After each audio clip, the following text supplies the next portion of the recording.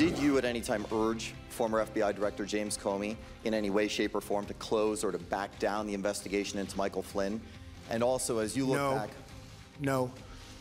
Next question.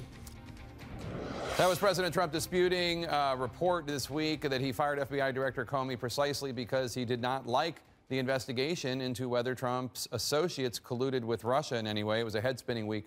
We've gathered some smart people this morning to help us sort through it. Congressman Kinzinger, let me start with you. You heard our interview with Marco Rubio. There is this growing, some of it hearsay, at least as of now, but growing body of evidence that the reason that President Trump fired Comey was stated with Lester Holt, stated with the Russians, according to that New York Times story, stated, and then there's also the report of Comey and a memo saying that the president tried to get him to back off the Flynn investigation. Does this concern you? Well, it's all concerning. I think, look, as a current member of Congress, I have to be careful because to make accusations and to assume based on what you've heard in the media, based on a report you haven't seen, we need all this information to make that case. And that's why I actually called for the appointment of a special prosecutor the morning before it actually happened, because in my mind, this thing has become so political. Any new piece of news that comes out, I hear friends on the left that just scream impeachment, like, holy cow, that's irresponsible. And then some of my friends on the right are like, everything that comes out is fake and not real. So I realize that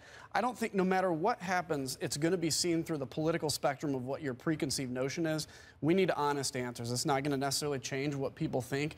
But one of my biggest concerns right now is not 2018 or 2020. It's the institution of the U.S. government, and the faith in government has been so undermined that I actually worry about stability in the long term. So for me, this special prosecutor, special counsel, is the best way to try to get to an answer that most people can look at and say, I agree, disagree, whatever that turns out to be. And in fact, here's President Trump being asked at that press conference about impeachment. Take a listen.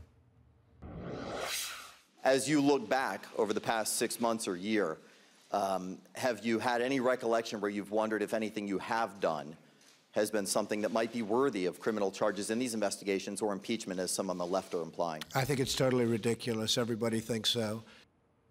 Does it concern you when you hear voices on the left calling for impeachment? A Democratic congressman from Texas did so a few days ago, when the evidence, the factual evidence, not just the circumstantial evidence or media reports, is not there yet? Well, I do think you have to be cautious, and I think you actually have to applaud the people on the right, like congressmen, who actually had the courage to come out and say things like, we need a special counsel, a special prosecutor. I hope that doesn't hurt you in the election. But it's Illinois. It's Illinois. But I also think that you have things like obstruction of justice. And in my criminal law background, I can tell you what obstruction of justice is, and you don't have to look at conjecture. You don't have to have an opinion. You can just look at the president's own words and see that you can build a legitimate case that is obstructing justice. And moving forward, we know that the first article in the articles of impeachment for both Clinton and Nixon were both obstruction of justice. And we do know that there's a lot of smoke in the White House. And usually where there's smoke, there's fire. Senator? Well, first off, I'll due respect to Adam. I was against the special prosecutor. Special prosecutors have a history of prosecuting. Why? Because they have to justify their existence. I mean, you look at this situation with Fitzgerald.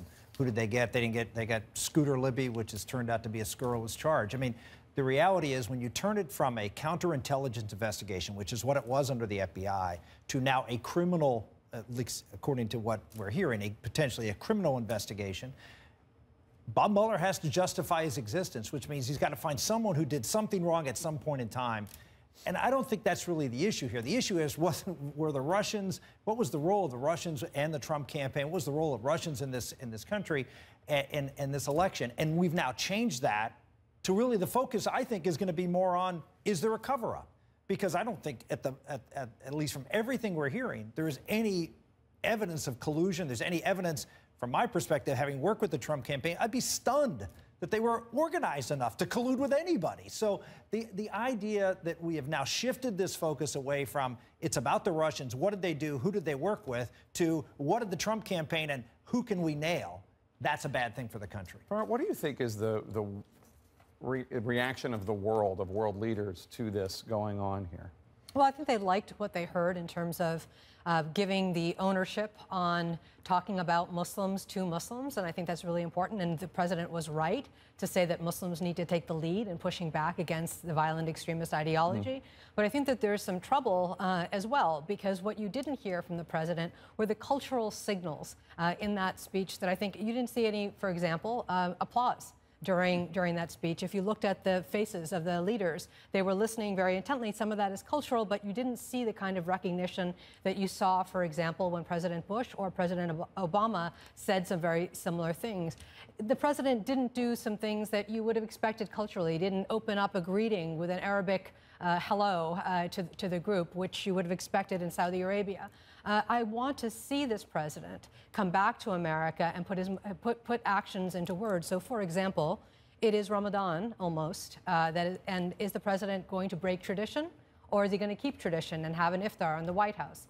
If the president does something to extend a hand to Muslims, it will ricochet in a very good way back into communities. But if he keeps on his direction and says one thing but doesn't follow up with meaning, it's going to totally puncture any of the things that he said that were good and strong in this speech. Senator, I know you wanted to make one point about the speech today in Saudi Arabia. Not to the Muslim world, not to the leaders there, but to judges in this country who are looking at his immigration ban.